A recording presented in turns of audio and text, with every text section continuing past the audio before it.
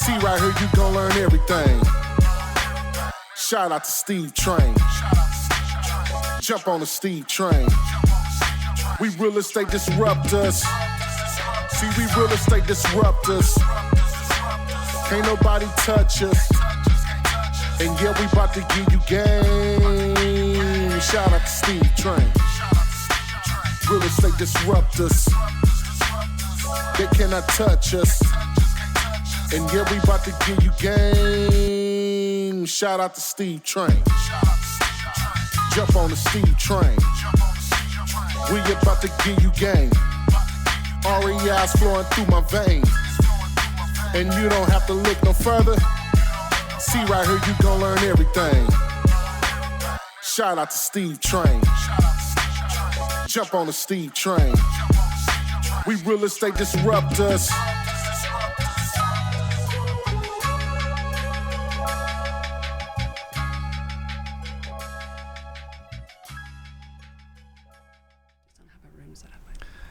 Hey everybody, thank you for joining us for today's episode of Real Estate Disruptors. Today we have Amy Ransdell with Powerhouse and REVAGlobal. She flew in from Atlanta, Georgia to talk about how she's steadily built out her real estate empire. If this is your first time tuning in, I'm Steve Trang, founder of the OfferFast Homes app, the only MLS for off-market wholesale properties. And I'm on a mission to create 100 millionaires. If you guys have been following me on social media, then you know that we just finished building out our classroom. For a limited time, we're going to give tickets to our one-day, all-day training for anyone that buys our sales course. To see if that's something worth checking out, please go to disruptors.com/max. And some of you guys may have noticed that we ventured off the reservation on skip tracing. So we went back to old reliable batch skip tracing. If you guys like our show and want to support us, please go to our white label, which is skipfast.com for your skip tracing. And as a reminder again, if you get value today, please tag a friend. Comment below, share this episode. That will help us a lot, help us with the algorithm so we can reach more people. And this is a live show, so please ask your questions for Amy to answer. You ready? I don't have a choice, right? We're here. Ready, absolutely. All right, so first question is just what got you into real estate? I'm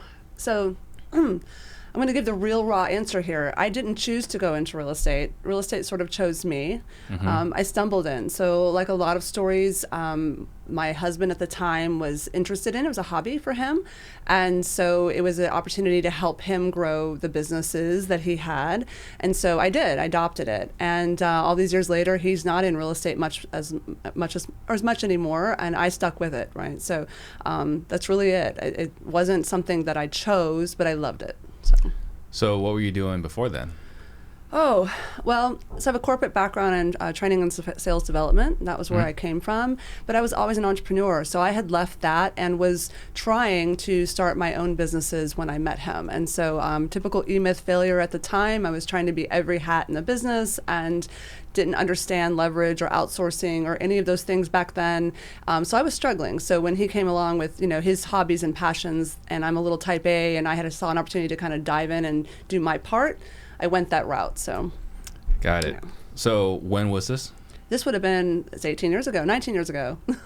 Okay. Yeah. So what was it like when you first got started? You said you loved it. What was it like when you jumped in? The funny thing is, somebody was asking me that the other day. So as we look into the future of our market coming and the market this last year, and everybody's like, we're going to have this big shift in the market that's getting ready to come. I think about my career, and I started in a shift in the market in 01. Oh, you started in 01. Uh-huh. Okay. And then I started technically right around that time, and then I went through the 08 crash, right? Like, I just, I guess, look for trouble and decide to start when things are hard. Yeah. What I loved about it at the time was that I had control, right? We controlled our results. And I really believe in being at cause. And that was a business where we could truly be at cause, right? And it just seemed to work for us. So at cause? Yeah, meaning that we control the results, right? Got it. Whatever I do, I can decide what I'm going to do with it, measure my results, and get, that's important to me. So yeah. Well, I love the part where you said you're finding trouble, because that's really what we get paid for. We get paid absolutely to solve problems. We do. So what was your first deal like? Oh gosh. So our very first deal we acquired by short sale in Ackworth, Georgia. It was a little 3-2 on a slab, typical little frame house out in Ackworth area. If those that are listening from Atlanta know where I'm talking about. got it as a short sale. And this one we decided to actually acquire it, take title, the whole deal, not just do a back-to-back. We were doing a lot of back-to-back closes at short sales in the time. This one we actually took title to and renovated it. It was our first actual renovation. And I'll never forget, we did everything wrong that you could imagine to do wrong, right? And then we did everything right. So we had bikini girls out in the street for our open house, and we sold that girl overpriced. It was great. So so you're talking about short sales. Yeah. You were doing them back in 2001? We were. So from 01 to 09, that was our primary strategy. And our pre-foreclosure or people with mortgage lates, that was our almost only funnel we worked for all those years. Like we just got niche specific, positioned ourselves as experts in that arena, so that not only did we have sellers wanting to work with us over everyone else, but all of our local colleagues would throw us their deals too, because they didn't want to deal with them. Yeah. And this is when banks didn't have loss mitigation departments. So we'd call them up and be like, hey, I want to do a short sale. And they'd be like, huh? So we had power, right? We could teach the banks how to do the short sale and why they would want to, do that, why they would want to say yes to that. We could posture the result. So it was a lot of fun until other people started getting into the same niche, and it made things a little bit more wonky. And then, of course, we had the 08 shift. So Yeah. So you're doing short sales from 2001 all the way up to 2009. Even during like the crazy appreciation time, you were still doing short sales? Oh, absolutely. Because people still go into default, right? As you know, you just said, right? We're solutions providers. And the reality is that in any market, good or bad, there are people who have things happen in their lives that affect their ability to pay their mortgage, which puts them in that situation, right? So absolutely, it is a niche that applies in any market. Okay, now obviously when the shift happened 07, 08, 09, right? Then it was Christmas. I mean, everybody needed a short sale at that time. But yeah, it's still effective niche even today. Did you pick up even more market share at that point? Oh, yeah, to the point of being a little overwhelmed. Now at the time, we were a loss mitigation firm. So we were investors. We would buy them. We would turn them. We would also process them for others and get paid, right? Yeah. It got to a point where we knew the law was getting ready to change, and we wouldn't be able to do that anymore. So the law where someone had to be a loan originator? Yeah, loan originator or an attorney in different states, depending on each state and how they interpreted the law, right? And there was Were you doing it in multiple range states? of time. We were. Okay. Florida, Minnesota, several places. So. Yeah. I'm just curious, like, we got someone in our office that does them still. Yeah. And that whole period where they had to become a loan originator definitely adjusted everyone's business model very quickly. Absolutely. And other things came with that too, right? Yeah. I mean, like just the reality of it, you couldn't, dry closings and back-to-backs, things that were very commonplace. It had to be B2C. Needed to be different. And that was fine. We had to adjust our model too. So now what I love to be is I just love to be, the Dr. Seuss story, Horton hatches the egg. If anybody knows that story, it's this elephant, and he sits on an egg, and he just sits there and sits there and sits there and sits there until the egg hatches, right? That's what I call myself now. I really just want to be the buyer, and I'll sit on that contract because I'm patient and I understand the process, so I know how to screen which ones are worth sitting on, and I know how to help all the parties. It's no harm, no foul. If I don't get the short sale approved for me, what work did I have? Not a lot. And at the end of the day, everybody will win because either I'm going to be able to buy that property or the listing agent and the seller will know how to proceed further. So it's that's my strategy now. We no longer try to negotiate them. Got it. Yeah. When did you make that transition from negotiating it to just waiting on it? Really, honestly, around 2009, 2010.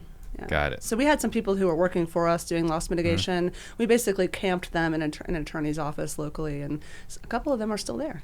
Got it. So you started in short sales, loss mitigation. Yeah. And then at what was, because we're talking about building your empire, like what was the next venture after that? I love that you say building an empire. I look at it as I'm still learning, right? I'm going to learn forever. And I've made a million mistakes along the way too. And I still make mistakes and I'm still fixing mistakes. And that's part of what we do, right? I think that I never really looked at it myself as trying to build an empire. I've always looked at it as, okay, where is the market? Where can I provide a solution? That's what we do in business, right? We find a solution that's needed. We build around that solution. So that's really what I've done throughout the process until I've gotten to a place now where I'm very impassioned about giving back what I've learned. And so more of my inclinations and my love and passion now is more on the training and education side more than it ever has been. But that there's that transitional time, right? I will say this, right around the time that we quit doing a lot of loss mitigation is also around the time that I decided to go get my license. So you're doing the whole loss mitigation the whole time? And never had a license. Never had a license because again, this is Didn't need it. It wasn't needed, right? Yeah. You were allowed to be the buyer and have another. You didn't even have to have the typical listing agent on the front end. You could, there was commissions that could be earned. There were loss mitigation fees that could be earned. There was all kinds of things that you could do, right? Yeah. Plus, you could sell it, sell beneficial interest, sell the option. There were so many other strategies that just are simply not possible now. So now, I saw that opportunity, if you will, to have a license and monetize that end of the business. I noticed over those years how many leads we would generate that we didn't do anything with because they didn't fit our niche, but they fit other needs, right? So that opened the door for me to say, okay, we need to learn more about how to structure terms deals. We need to learn more about how we can list property that needs to go into that bucket and play the retail side of things. And the exposure you get with having that license is, I think, a really great tool. So you're talking about you're dealing with these short sale leads, and then you say, okay, well, maybe this one is not a short sale. This could be something that we'll take over creatively, or we'll list it. Absolutely. So let's talk about that, because that's something I'm actually actively doing in my business. Love that. Where we're adding this component where we're going to say, okay, this wasn't a wholesale. Do we want to do a sub 2, wrap, whatever, seller carry, list? Yeah. So what is that thought process? So I think it's a variety of things. I have, let's start with my bucket of 3. I always tell people, if you're going to look at a deal and analyze it, and you're thinking about first whether that's a good hold property, let's just go there, for example, right? And how you're going to acquire it. However you're going to structure it, will there be room to positively cash flow it, number 1? Number 2, will there be equity if you're in a must-sell situation, right? Are there exit strategies that can be deployed besides the first one you thought of? I always tell people that's the first bucket of analysis, but then you got to go in deeper. What kind of equity is there in the property where that could be structured, for instance, as an owner finance or a sub 2? Is there, what title look like? What is the situation with the seller? Obviously there's ethics involved as well. Sure. Right. And so I think there's many pieces to that pie as to whether or not a deal would work better as a sub 2 or a wrap, or maybe just a lease option, and then I do a lease option wrap. I mean, it depends on the situation. All sorts of different tools, yeah. I say it's like a fingerprint. I think every deal is just a little bit different, and so it's on you to understand how those mechanics work to decide which one to put it in. And sometimes you don't always decide the right bucket, but that's your goal. Got it. So you get licensed, and now you're looking at all these different tools to help with homeowners.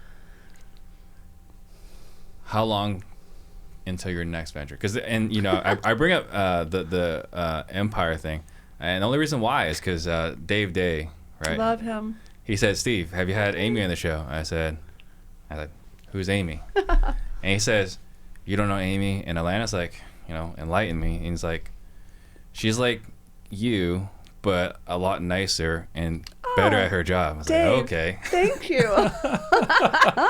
I owe him a beer. Go ahead. Yeah. So what were the next ventures? After doing the realtor thing. So, there's a lot in the middle of all that. About time that I got my license, I also became heavily involved with a very large coaching program here in the country that a lot of people are familiar with. And we had several national blogs that we were running and so forth. And all of that sort of coincided for me to do a lot with them that ran along with building some trainings for realtors on our team and our acquisitions team. So I had several years where I'm just doing traditional teams and our acquisition teams, and allowing them to work collaboratively together, which is something I do even more so now than I did then. Yeah. And I had this belief, I still do, that as investors, how we look at the market, how we market for deals, right, is so much better than agents are ever taught.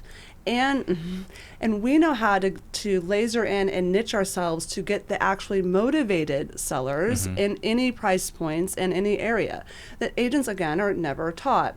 And so to me, there's a perfect marriage between the two, that if you're doing investor-oriented branding and marketing and lead gen, that's going to drive in a massive lead pool to support that traditional side of the business.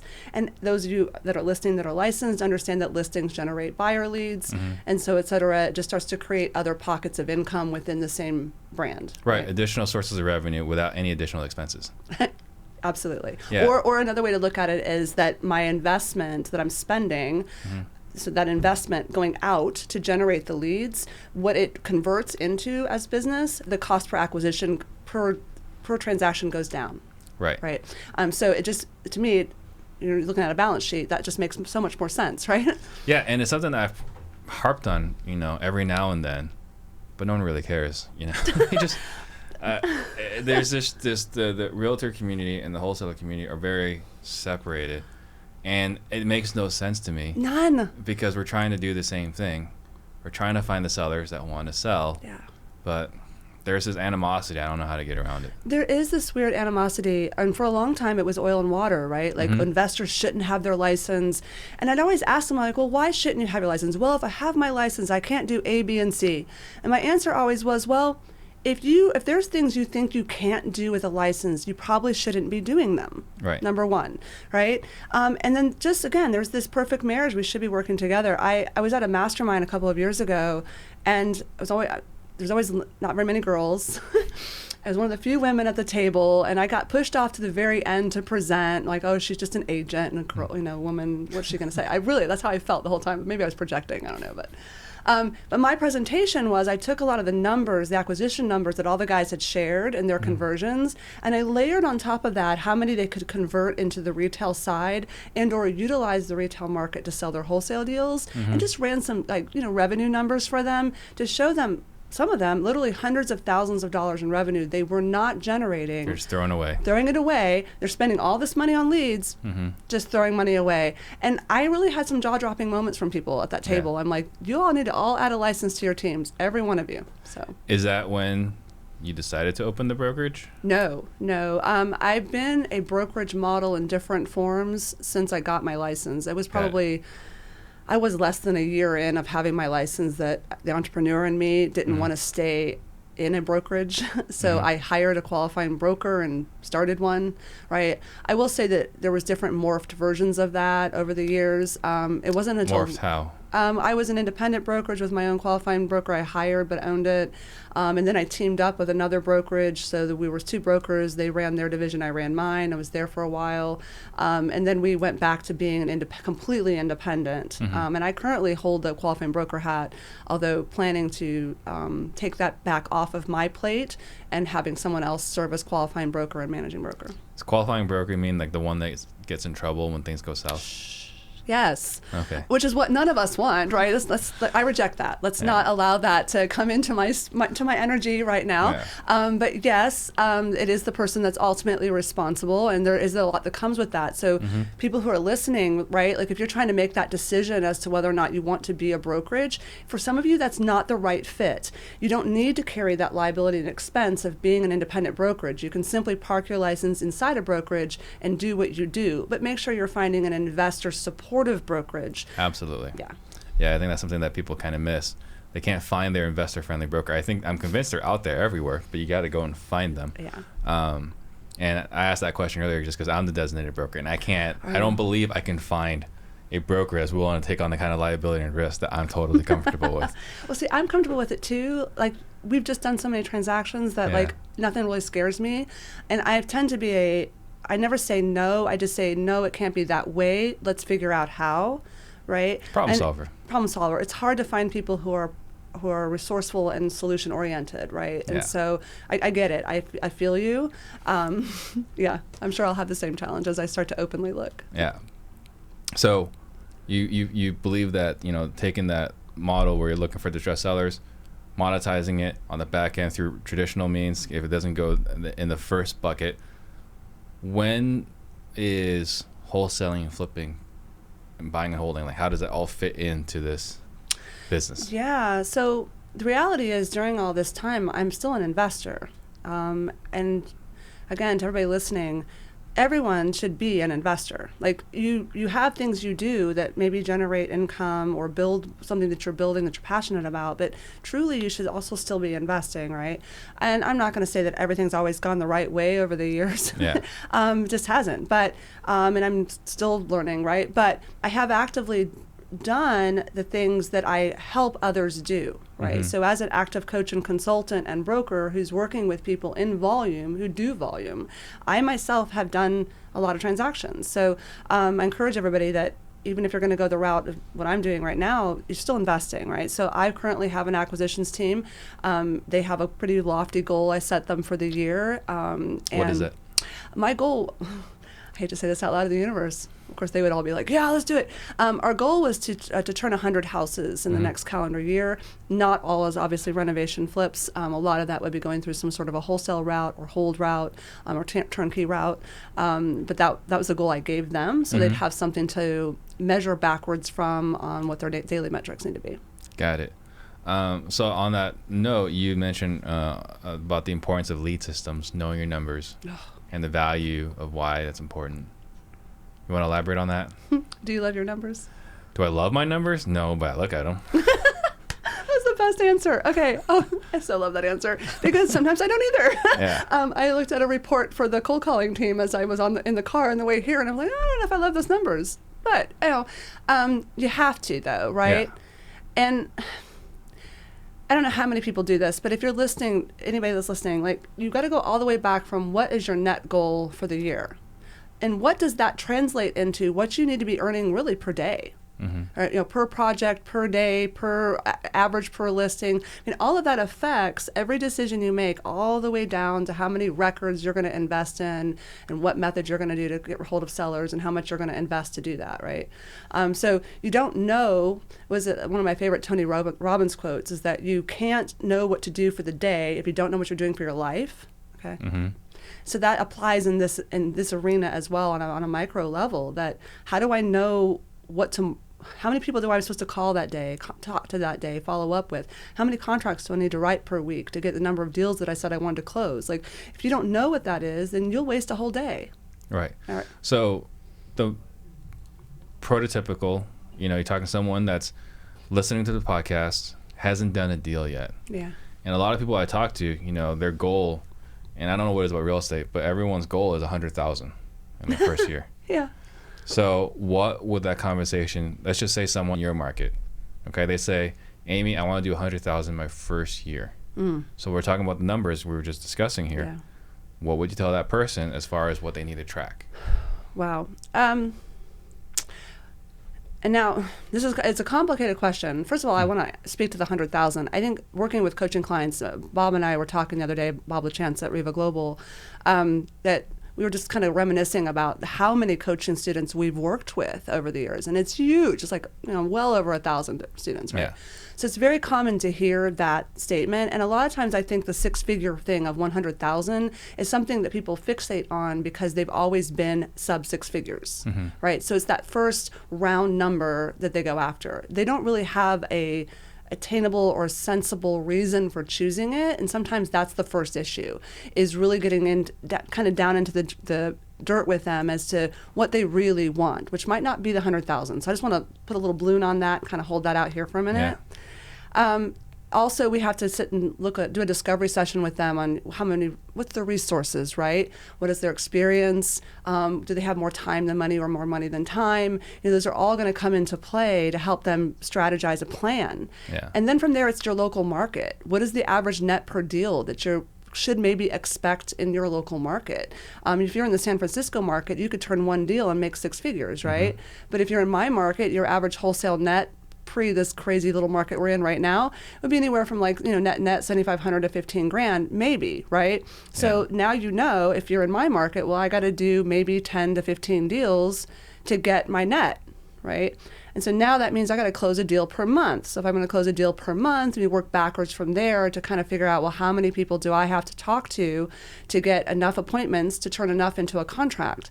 And in the beginning, your stats aren't going to be great. No, it's going to be awful in the beginning. Yeah, your conversions are going to be horrible. So it is that, but there's a lot of variables there. Sure. And so what are you finding? Because this is what we've seen. Is a lot of people have, grandiose goals, and there's nothing wrong with that. I'm not even talking about the new guy right now. I'm just talking about the guy that's been doing it for a couple of years. And they're very revenue heavy, not necessarily profit heavy. Ooh, yeah, good one. So what are you seeing out there, like as far as, just approximate numbers, people that come in for coaching, from the outside, it looks like they have a great business. Ooh. But they don't really know their KPIs like they probably should, and there's some things kind of falling through the cracks. They do, and even I sometimes will fall there, right? But I have a commitment to measuring, right, where that is.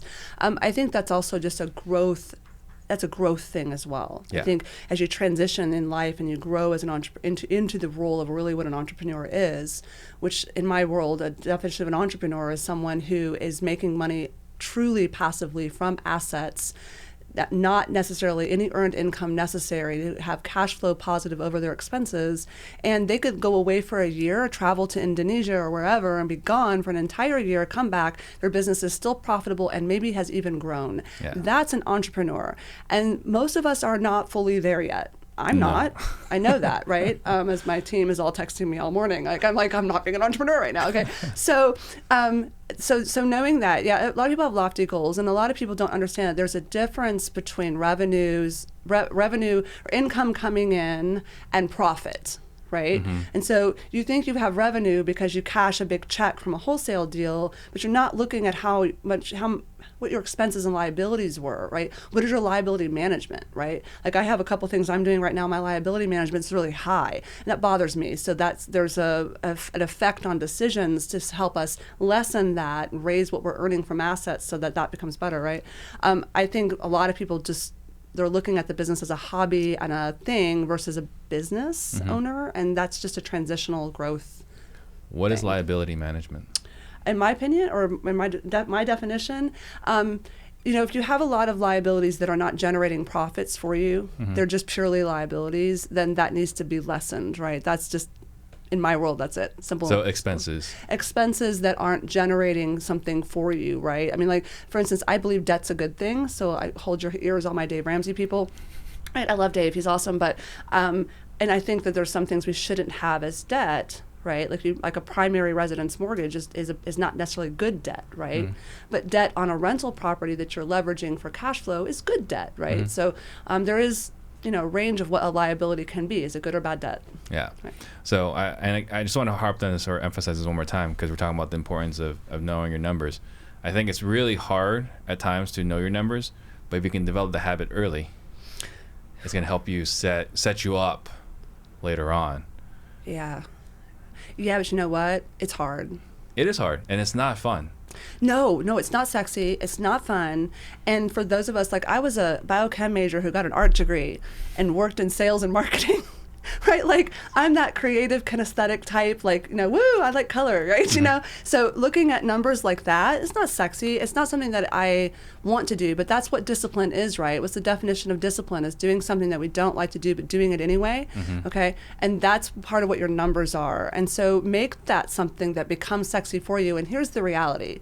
And I have had to learn this the hard way, and I'm still learning it, truly. And I'm a very transparent person, is that you learn how money is a good thing, and making money makes things easier, right? Yes. So sometimes when we're starting out, particularly if we're at the very beginning of our jump into being solopreneurs or investors and entrepreneurs, is that we don't have a good relationship with money, right? Yeah. And I've been there, and so I've been there for a very long time. Yes. So we have to learn and grow, and as you learn the value of what money creates for your life, the time freedom it actually gives you, freedom of choice that it gives you, then you start to value the decisions that come to protect that happening, and then numbers become sexy, right? Yeah. Reports become sexy, right? So I actually look forward to it now.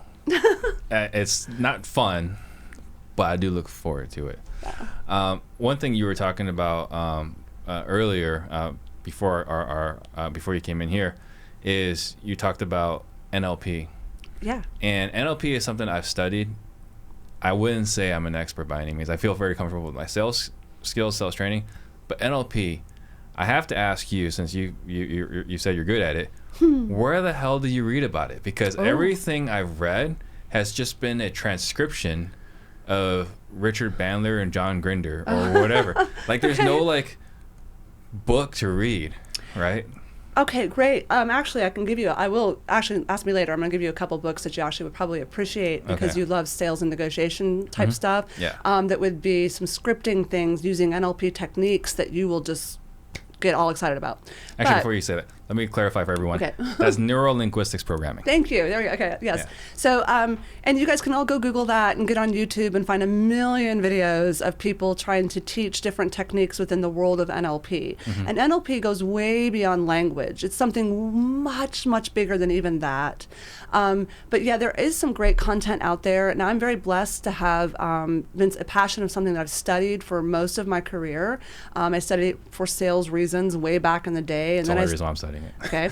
But then I started to realize the other benefits of it way beyond that. It's great for mediation, negotiations, consultation services. It's across the board, and it's great for your own personal development, right?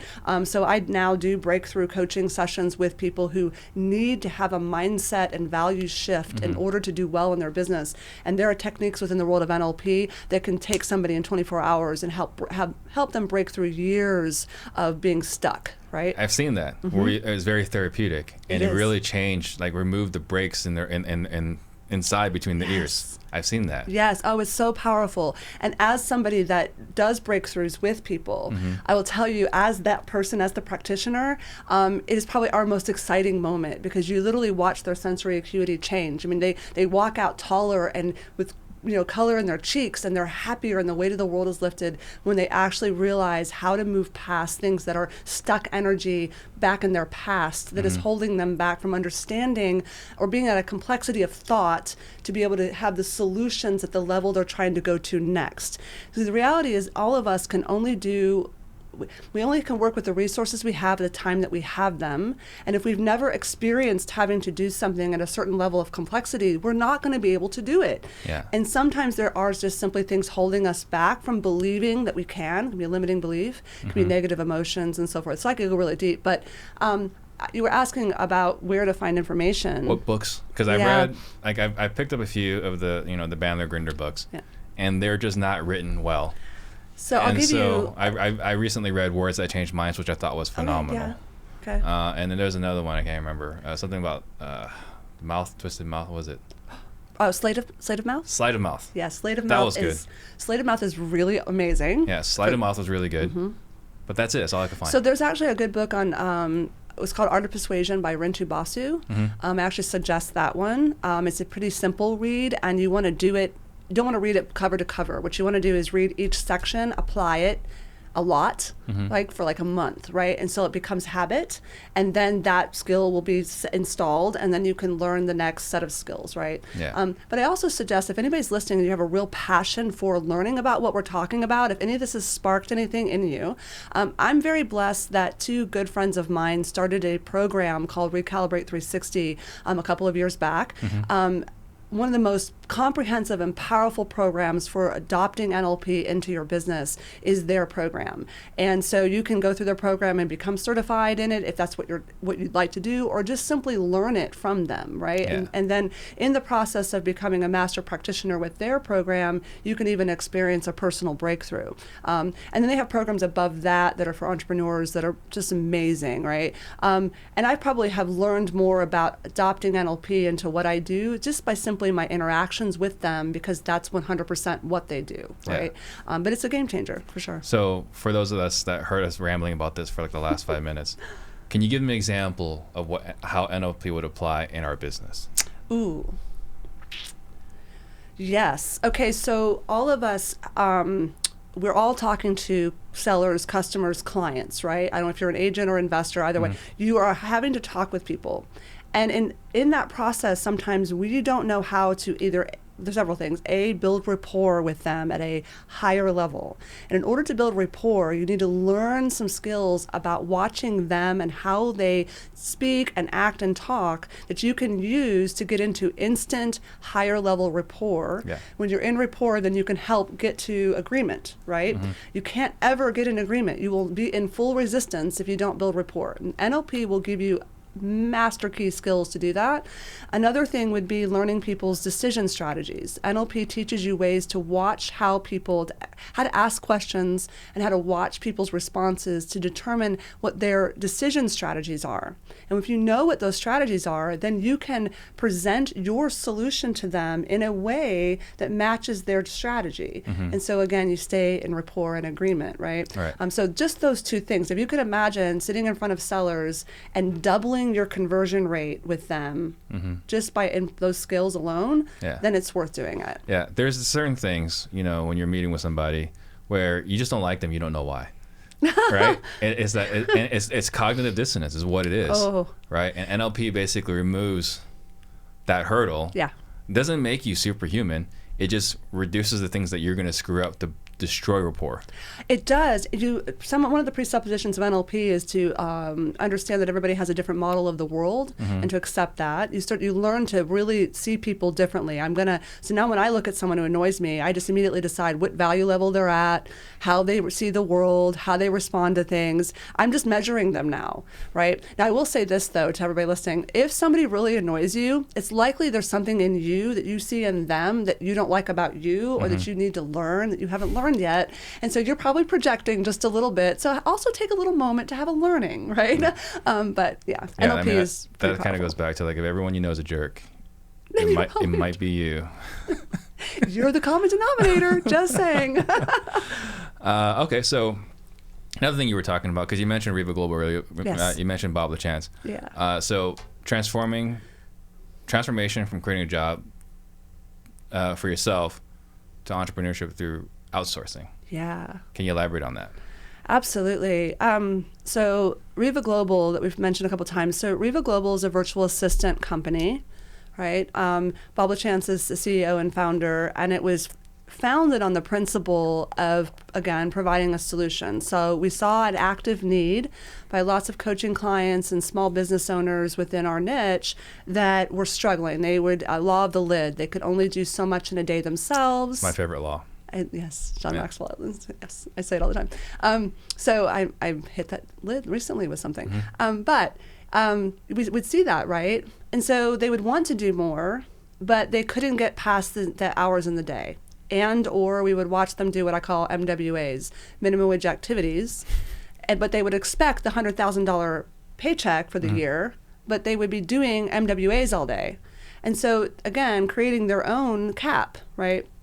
And so we were like, well, how do we solve that? And the one way to solve that is to provide them dedicated, consistent people doing those MWA activities for them so that they have more time to do the highest revenue generating activities, the most important decision making activities for their business, or what their strengths are, not their weaknesses. And that's where REVAGlobal was born, was with that mission, right?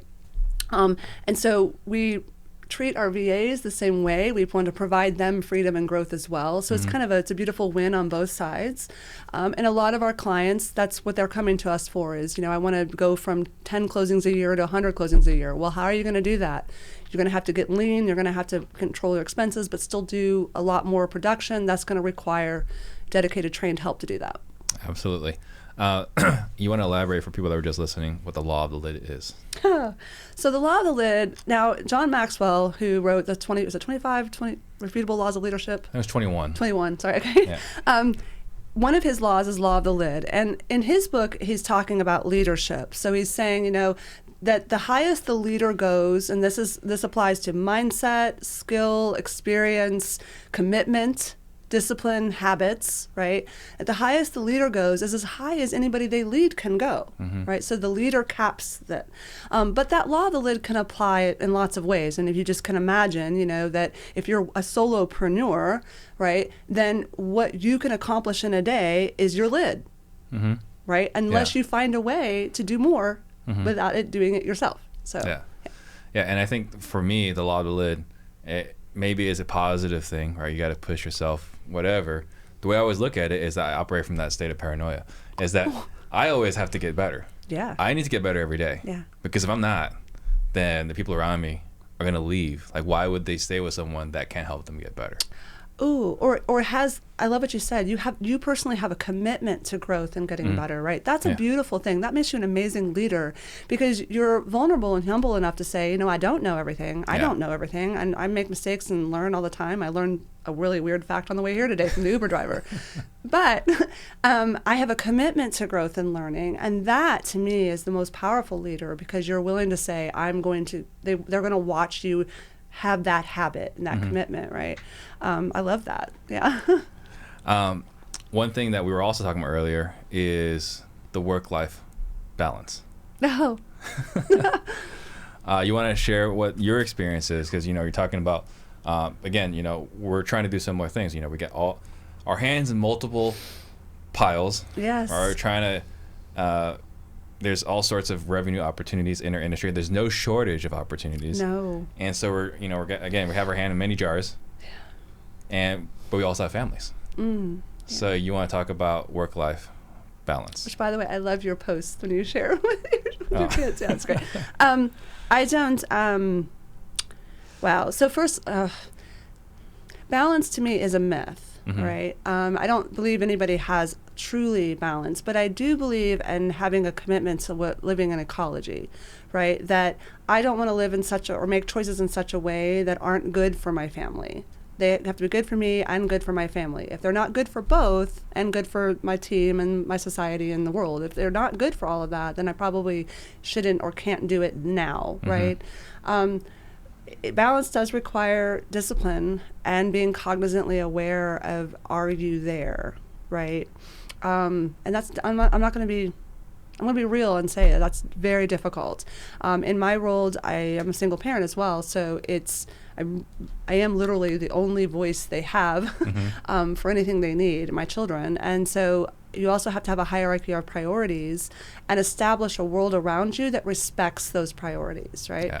So my team and all my agents, everybody, they all know where my hierarchy of priority is, and it's my children first, right? I love them. I love you. But, I'm a mom first, so. Yeah. I tell my kids we all have a love-hate relationship. I love them. From 6 a.m. to 10 p.m., they're beautiful. They're couldn't ask for more. Oh. From 10 p.m. to 6 a.m., it's like, really? Get it together. Like, suck it up, Buttercup. I'm not available. Yeah. That's funny. So going back to the comment I made earlier about your hand in the cookie jar, because this is something I'm struggling with myself personally at the moment, is how do you say no? When do you say no? Like, because you kind of touch on it a little bit. You got your hierarchy of priorities. But saying no is something that's...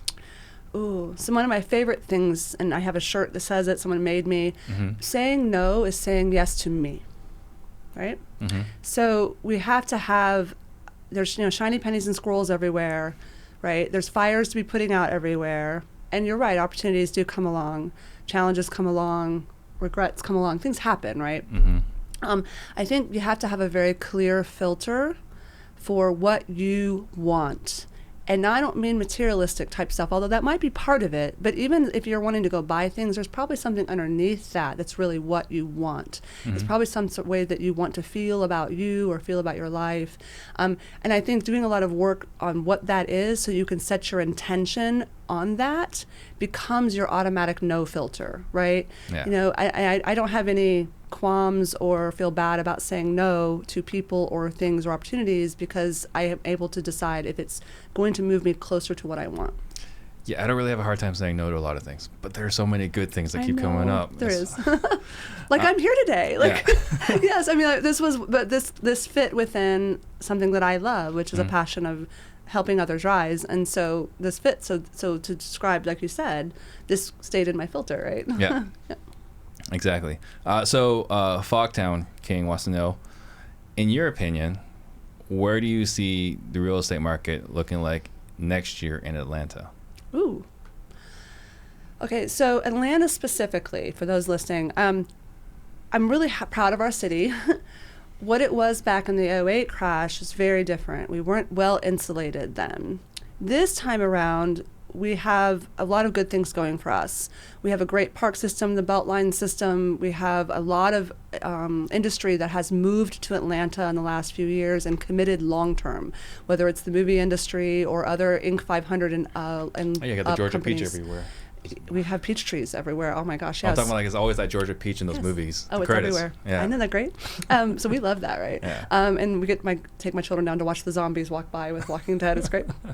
But I don't, that's insulated us. We have, Amazon's put a ton of distribution facilities around the Atlanta area. I mean, there's just so many commitments by Inc. 500, even Inc. 100 and up companies who have put headquarters there, major installations and entitlements that they've invested in there. So that's helped bring a lot of stability to Atlanta. And you add that to the fact that Atlanta back in the '08 crash, where the real estate market, the bubble, the worst part of this country was in Atlanta. Was it? Yeah, so the headquarters of the FBI for dealing with mortgage fraud and appraisal fraud for the country was in Atlanta, right? And it's because of it was just so rampant there, right? So when you added, borrowers who were borrowing on crazy, no credit, no doc type stuff. Ninja loans, like that. And lots of appraisal fraud. We had huge pockets of Atlanta that just crashed, right?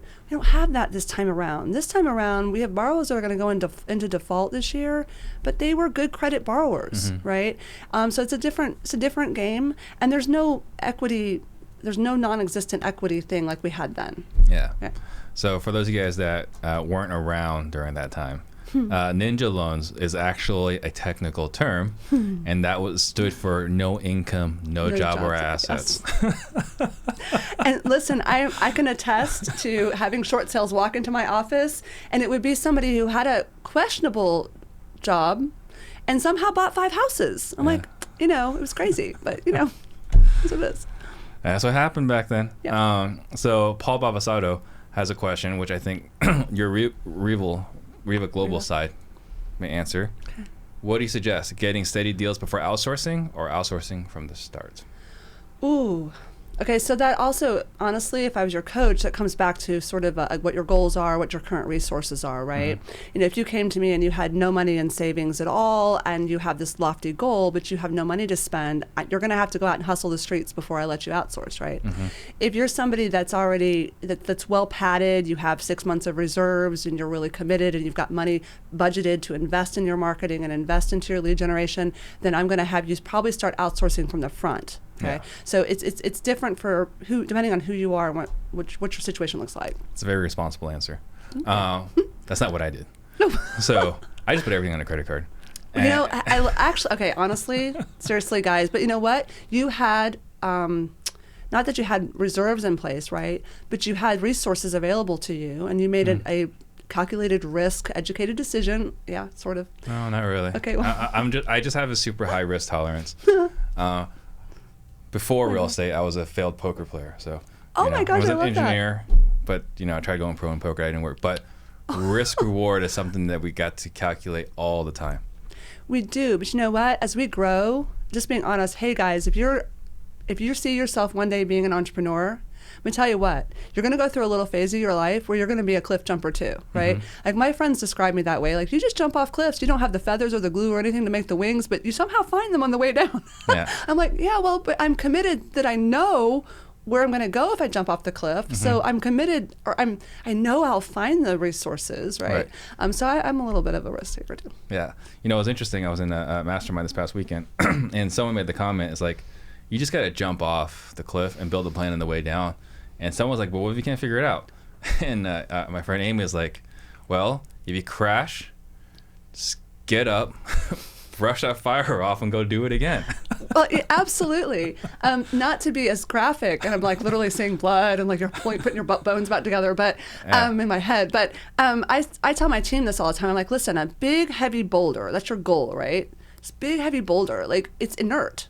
If you don't push it, you got nothing, honey. You got to push it somewhere. Like you want to start rolling down the hill, you got to give it some oomph. And if you just never jump off the diving board, if you never jump off the cliff, whatever helps you visualize that, if you don't do it, you're never going to go anywhere. It's like the guy who wants to lose weight but never leaves the couch, right? It's that type of thing.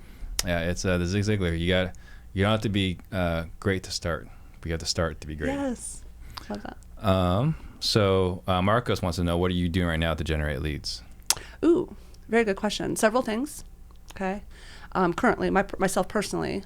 So at REVAGlobal, we have a cold calling team called Deal Dialers that we built as a line of business about 1.5 to 2 years ago now. So I actively have that team making outbound cold calls for me in volume. We have another team at REVAGlobal that is in partnership with Launch Control. Some of you are familiar with that platform, which is a text message platform, SMS platform. And I use virtual assistants to do that texting for me using our scripting, right? We actually have them weekly doing sales and negotiation training because I'm very passionate about that with all everything we've described earlier with NLP and everything. And we're actually honing their skills. And so they do all of the text message conversations and the follow-up negotiations until an appointment is set for our acquisition team. Yeah. And then we're also simultaneously doing direct mail. I will say this to everybody listening, in my personal opinion, when cold calling and text messaging and so forth, I'm 18 years in, right?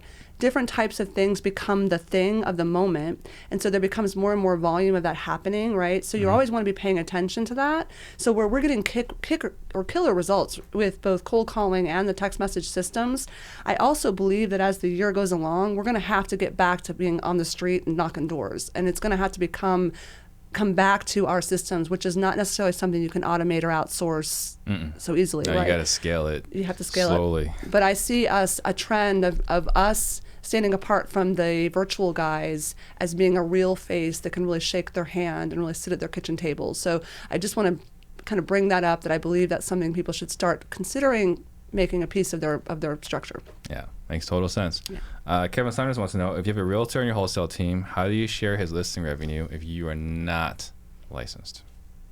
Okay, well, a commission cannot be paid to an unlicensed individual, period. Now, that being said, if you're a wholesaler and you're generating leads and you're not licensed, you can become a lead provider and you can sell leads. And if it's set up as a company with a structured lead purchase type scenario, that's possible, right? Realtors listening, we all know we can go buy leads. It's the same thing, right? So that's one route. You just can't share revenue. It can't be a profit share or a percentage of commission from licensed and non-licensed. Cannot be correlated in any way whatsoever. Right. It's got to be a flat fee per lead. Flat fee per lead, and it can't, right, and there's no ebb and flow to that. It's a true lead purchase flat scenario, not at all connected to profit. Yeah, and Absolutely. it's per lead, not per deal. Absolutely. Which means that you might sell 10 leads, it turns into one listing for that agent or whatever, but it's whatever. Just don't try to do it under the table. I see people doing that stuff all the time, and it's not good. Someone's going to get in trouble. Someone's going to get in trouble. It's one of the things with my agents who are my licensed investors. My licensed investors will do a lot of what we call personal transactions, and the Real Estate Commission requires that we have notice to broker and so forth. So we have a whole process, an online form and everything they have to do with me so that I know what they're doing. They have to turn in the settlement statements to me and the contracts, because one of the things I'm looking for is, did somebody get paid that shouldn't have? And how did that happen? And if it does, then there's immediate disciplinary action, right? So just because you're on the hook for it. Well, or yes. Multiple people are on the hook for it. Exactly. And I want to see them sustain their businesses, not cause themselves trouble. Yep. Samuel Velasquez wants to know, how do you determine how much you should net on a wholesale deal in their respective market? Oh, that's such a hard question. So I'm okay. Don't be greedy. What was it? What's the phrase? Pigs get fed, hogs get slaughtered. Yeah, there you go. I should have said that with a Southern accent. I try not to talk too Southern when I'm doing a podcast. I would, don't be overly greedy. Here's something I just want to say. You have a responsibility to the seller you're going into contract with to perform at what you said you're going to do. If you don't perform and you back out of a contract just because you don't have a buyer, not for any other material reason, then you're a straw buyer. You shouldn't be doing that. Okay? So you need to not be putting properties under contract and then trying to sell them at such large spreads that you eliminate you performing. Number one, right? I think number two, you also have a responsibility not to necessarily equity strip from a seller. And not to say that sellers, if you're not holding their hand behind their back and they agree to sell at a price that you're able to get a big spread, there's nothing wrong with that necessarily, but just again, use your heart and your mind to be smart about it. Right. It's really where it comes down to. Absolutely. Let's see. So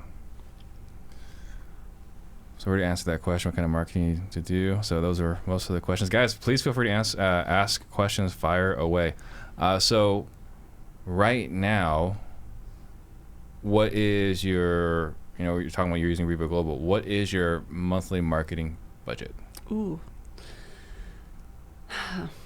Right now it's kind of high for me anyway. We're right between $4,500 and $5,000 a month that we're spending all total. So that's not high. Yeah, it's not too bad. I mean, that's not a high volume amount of direct mail, honestly. And I know, I've got friends who spend $20,000, $30,000, $40,000 a month. So yeah, you're right. But to me, it's a little high for me. And the reason I'm going to share that is that I got a little complacent the last couple of years. Having been around a long time, generating leads has been easy. And having people just kind of drop referrals and leads in my lap has been great, right? Okay. So when we set out to restart the acquisitions team at the structure that I've done before and really to kind of make the structured team, we had to come back and reassess adding a direct budget for that, right? And I will say part of the reason for my budget is being controlled also is that I'm obviously have some control over my costs with REVAGlobal and so forth. Yeah. The key with everybody, though, as we look to increase our budget, which we will be over the next year, is just, again, measuring, am I getting results for it? Don't just throw spaghetti against the wall and... Yeah, that goes back to the KPIs we were talking about earlier. Exactly. What is your why? My why? Outside of my littles, right, my 3 littles, although one's not so little, he's 6'3", and he's 20 years old now, but outside of my family and wanting a beautiful life for them, right, and I have a very clear vision of what that is, I really have a passion for helping others rise. Our core value in our office, besides us using the phrase "be Powerhouse," is a phrase of what's called collective rise. And it's basically the belief that if I help you rise, I'll rise in the process, right? And so it's this beautiful collaborative thing that some people are like, that's, rose-colored glasses, that doesn't really work, but it does. Absolutely does. Absolutely. And so we operate that way as a group. And to me, as I continue to look forward in my life, that's what I want to be really known for, was the number of people I was able to impact in a positive way and help them rise. And that's as individuals, personally and professionally. So that's really what it is. Awesome. What is your biggest struggle right now?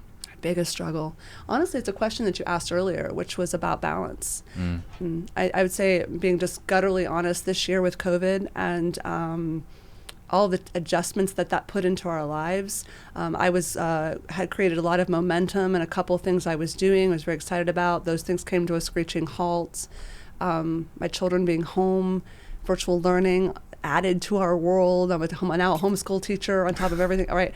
So I would say right now that's truly, biggest struggle is making those readjustments. Yeah, and that's a struggle at our home. It's not as tough because we have more help, but man, it is definitely different. What is your superpower? My son thinks I look like Captain Marvel. I love Wonder Woman. That's awesome. I know. He's like, Mom, you wear leather jackets, you have blonde hair. I'm like, okay, I'll take that. It's fine. My superpower. I've never ever asked me that question. I don't really know. I would love to ask other people that. I think it would be really fun to see what other people said about me. But that's a great exercise. Have you ever gone through strategic coach, unique ability, that kind of stuff? Yeah, a little bit. Yeah, so I mean, that was one of the exercises in trying to figure out your unique ability. Well, sending an email, I can find, send me the email or message later, I can send you the template. Okay. But like you send it to like your 6 closest people. I would get them to give you that feedback. And they'll give you that feedback. So I recently did not that particular form, but we recently sent out to our Powerhouse group. So we have we call the Be Powerhouse community. And it's a paid membership coaching community, and then our agents are in there and so forth. And we sent out a feedback form, testimonial form, and I did ask them specifically about certain things, and one of them was, what do I provide you? Because I was looking to see, what would they really say? I don't know if I got truly honest answers. I think everybody was trying to be nice, but even that was helpful. You got to make it anonymous. What did they say? What did they say? Oh, we had a lot of positive responses about the quality of the value of the content that's provided by what we do, and that made me happy, because it's part of what I love. So. Yeah, that's awesome. Yeah. What's the greatest lesson that you have learned? Greatest lesson? Ooh, I'm still learning. The greatest lesson, and you'd think this is a common sense lesson, and we would all know this, but I think we grow up to a certain point where it becomes really real. And that is that I mentioned earlier in the very beginning that I'm at cause, right? Mm-hmm. Is learning that no matter what's happening around me, I'm 100% responsible for me, and I can only control what's controllable in my space, right? And I think that was my number one biggest lesson, was to not keep looking for other reasons that things don't work or didn't happen the way I wanted it to, and instead bring it back to me as the ultimate responsible party that made the decisions and the choices and why and where did they come from. And I know that, again, sounds like a common sense thing, but I think... I don't think it's a common sense. I think it's commonly said. I think there are a lot of guys that we follow that will say that, but I don't think everyone's bought into it. And I think if everyone did buy into that, the world would be a much better place. I do, absolutely. And I think I wouldn't have made some of the mistakes I've made in my career had that been something that I was truly operating by as a core value, right? Yeah. Absolutely. So we went up to Flagstaff this past weekend to go watch the leaves change colors. Oh. Something my wife's really passionate about. For me, like, leaves are leaves. And my daughter, my oldest daughter, is the same way. But we went as a family trip. So it was me, my wife, my 3 girls in the back seat, and then my parents and her parents. And, we took 2 cars. And before we left, I texted my dad the place we're going to. I never told him this is where we're going to. I just texted it to him and just, as a visionary, just assumed that he would know that's where we were going. Okay. But I had also emailed him something the other day with a different location. So in his mind, that's where we're going. And so we're going up there. He's behind me. And I made a left turn. And as I was making a left, it turned yellow, so he didn't make that turn. So I called my mom. I said, hey, we're taking 89 North. So I'll wait for you on the side on 89 North. I hear her repeat that to my dad. Oh, boy. 89 North. And then he proceeds to go 89 South because that's what the GPS says. Oh, no. And so we're waiting. And as we're waiting, I become more irritated, more flustered and annoyed and so on. I'm thinking, like, why did my dad not just listen to my mom? And as I'm upset, my 9-year-old in the back can hear me talking to my wife about this. And she says, well, why is that grandpa's fault? Why isn't that your fault? I was like, damn it. Because she's not wrong. If I had communicated this is where we're going, instead of just texting and having him figure it out, assuming he'd figure it out, I just said, this is where we're going, we wouldn't have this problem. So, I mean, that's just that lesson. Even if we have accepted it, we may often forget it. Oh, absolutely. Oh, all the time. Yeah. Right? Yeah. So is there a book that you've gifted more than any other? Ooh. Several, but yes, Never Split the Difference probably in the last 2 years has been one of the primaries. Absolutely. Chris Voss. It's an amazing, amazing book. Yes. Got a chance to watch him speak. Yeah. And I've bought all this stuff, and I was really surprised I was still taking a whole bunch of notes. Yeah. Really, really shocked. Yeah, so he's a personal friend. And Is so he? I get to have actual conversations with him, right? And he's just, he's really amazing. And if people are listening and you haven't taken his masterclass, it's the #1 most downloaded masterclass they've ever done. And I highly, highly suggest it. It's a very nominal investment for a ton of learning. Oh, it's priced way too low. Yeah. Yeah. So I'm going to make a couple quick announcements. So if you want to just think about a last thought you want to leave the listeners with. Okay. So guys, if you can, please like, comment, subscribe, share. This is what I need. I'm not being selfish here. I'm being a little selfish, but I need you guys to do that because that's what Facebook and YouTube requires for us to grow our reach. So if you guys can please do that right now, it would help us a lot. Again, a rising tide does lift all boats. And if you guys didn't join later or didn't join on time, we have our classroom. It's all set up. If you guys want to check that out, anyone that buys our course will have a free ticket to an all-day event. So go to disruptors.com/max, MAX. And then tune in next week. We got Eric Brewer flying in from Pennsylvania. He's going to talk about how to add an extra 10 to 20 deals a year with your existing leads. If you guys want to use and do an extra 1 or 2 deals a month, I guess, check that out. So, Very cool. last thoughts. Last thoughts. For everyone, I don't care what level you're at in your growth, your business scale, volume you're doing, it doesn't matter. we hear all the time the importance of our network and finding those that we can model excellence, mentors and so forth. That's an essential piece of your growth. So if you want to move forward in any capacity, you have to go find who is doing that at the level of excellence that you want to be at so that you have something to model, right? And then seek out circles that will support that. And your circles are they're going to change as you grow, and that's okay. It's a good thing. Yeah, it's a challenge. Oh, absolutely. Outgrowing your circle is never comfortable. No. It's good, but it kind of sucks too. It does sometimes, yes. But you know what? If you're so beautifully connected, deliciously connected to your want of where you want to be, then it will be a joy to find new people to bring into your circle, and you won't feel it as much as the others separate. Yeah. Awesome. Very cool. So if someone wants to get a hold of you, how would they do that? Couple ways. So first of all, if you are needing a virtual assistant, first thing I want to do is that we set up a bit.ly. If you know what bit.lys are, so bit.ly is Disruptor VA. We actually set up a page for Steve. So it's Disruptor VA. If you want to get a VA, if you just want to know what a VA could even do for you, we have a free download there of all the different tasks virtual assistants can do. You might just blow your own mind with the things they can do. And literally it's everything. If it can be done with a phone or a computer, it can be done by a virtual assistant. Yeah. And then as far as reaching me, I encourage everybody, find me on Facebook or LinkedIn. I always hit my friend limit. I haven't done that public figure page thing. I probably should. But if you send me a private message, even though I might not be able to accept your friend request, I will respond to you. Or go to bepowerhouse.com, and you can go there and fill out. There's a pop-up info form. Fill it out. One of our team will reach out to you to see if there's something we can do to help you. I suspect Be Powerhouse means something. It does. What does it mean? So, I'll get emotional, but so my whole life I used the phrase be powerful or have a powerful day. I did it my whole life. A year ago, we were kind of pushed into a situation where we needed to do a rebranding. And it was because the other brokerage structure, we separated and so forth. And I got an opportunity to make a powerful decision. And one of my friends said, I know what the name of your brokerage and your program is. Like, I just know. And she kept saying she knew. And I'm like, what do you mean? And so finally she got me to say it to her.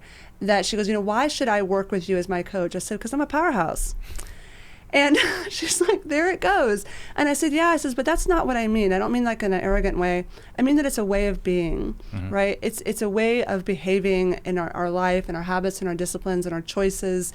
It's a way of working with others. It's a commitment to growth. It's a commitment to being better tomorrow than I was today and today than I was yesterday. And so Be Powerhouse is a way of being. And it sounds sort of cult-like, and everybody's like, oh, so that sounds a little crazy. No, it really is to me. And so you'll see our team, they all wear shirts that say Be Powerhouse all the time. It's a hashtag that everybody uses that's within our group. It's just something they're proud of, to say it. This is the way I'm going to be. I'm growth-oriented. I'm mindset-oriented. I'm committed to being the best me I can be. That's awesome. And I always take it, if someone says you sound a little cultish, I take that as a compliment. Oh. Because cult is the root word of culture. Yeah. Right? So it just means that you've got an amazing culture. Thank you. Well, that's something we strive to continue to keep, right? And that's our big commitment. So yeah, I love that. I'm gonna run with that one. But yeah, but Awesome. be powerhouse. Like literally, just live your life in a powerful way. Bring power to your life. You are your power, right? Empower yourself. Empower your unconscious mind and your conscious mind to be as everything that you know you can be. That's really where it comes from. That's awesome. Incredible. All right, guys, that's it. I'll see you guys next week. And thank you. That was a lot of fun. This was joy. You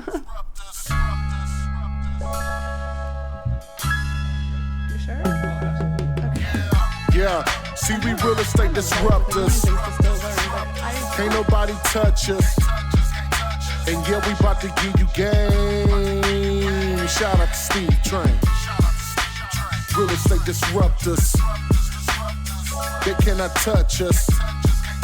And yeah, we about to give you game. Shout out to Steve Train. Jump on the Steve Train. We about to give you game. REI's flowing through my veins. And you don't have to look no further. See right here, you gon' learn everything.